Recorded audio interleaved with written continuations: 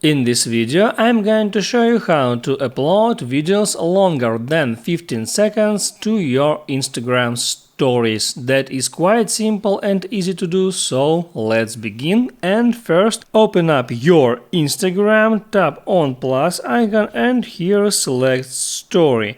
Now let's have a look on my videos and select one that longer than 15 seconds. I got that one 21 seconds long, and here at the bottom left you see that this video was split into two videos. First is 15 seconds and next is 6 seconds long. And now I hit next, hit share and tap done, and that video was just published to my stories, divided into two videos, 15 and 6 seconds long.